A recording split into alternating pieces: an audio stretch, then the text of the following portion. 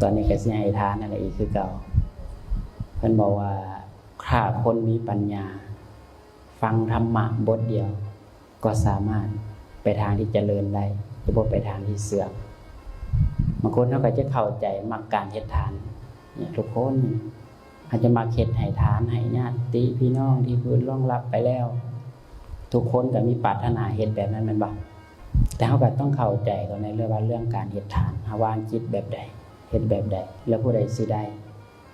แล้วผู้ใดบ่ได้หลายคนก็จะมักเฮ็ดบุญให้พ่อแม่ปู่ย่าตายายแม่นบ่หลายคนแล้วเขาก็มีบทพระสูตรหนึ่งที่การจะเฮ็ดบุญให้ผู้ที่ล่วงลับไปแล้วแล้วผู้ใดสิได้ผู้ใดบ่ได้ให้พากันตั้งใจฟังเด้อพระโคดมผู้เจริญ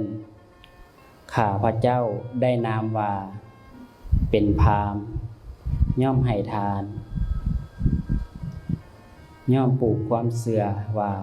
ทานนี้ต้องสำเร็จแก่ญาติสายโลหิต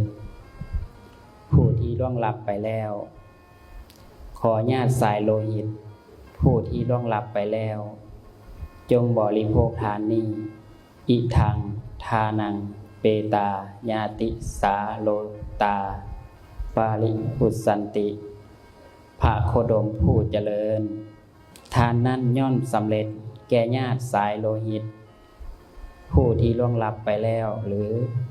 ญาติสายโลหิตผู้ที่ล่วงลับไปแล้วเหล่านั้นย่อมได้บริโภคทานนั้นหรือพราหมณ์ทานนั้นย่อมสำเร็จในฐานะหนึ่งและย่อมบ่สำเร็จในอาฐานะสองพระโคดมผู้เจริญฐานะเป็นแนวใดอาฐานะเป็นอย่างใดพราหมณ์บุคคลบางคนในโลกนี้เป็นผู้ฆ่าสัตว์ลักทรัพย์ประพฤติผิดในกามเว้าตัวเว้าส่อเสียด เว้าคำหยาบเว้าโลเล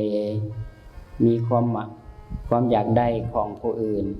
มีจิตใจปองร้ายมีความเห็นผิดบุคคลนั้นเมื่อตายไปย่อมเข้าถึงนรกเขาย่อมหลีกอัตภาพอยู่ในนรกนั้นย่อมตั้งอยู่ในนรกนั้นด้วยอาหารของสัตว์นรกถ้าไม่เขาตายไปเขาตกนรกเขาก็จะมีอาหารของนรกอันที่เอาเฮ็ดไปมันก็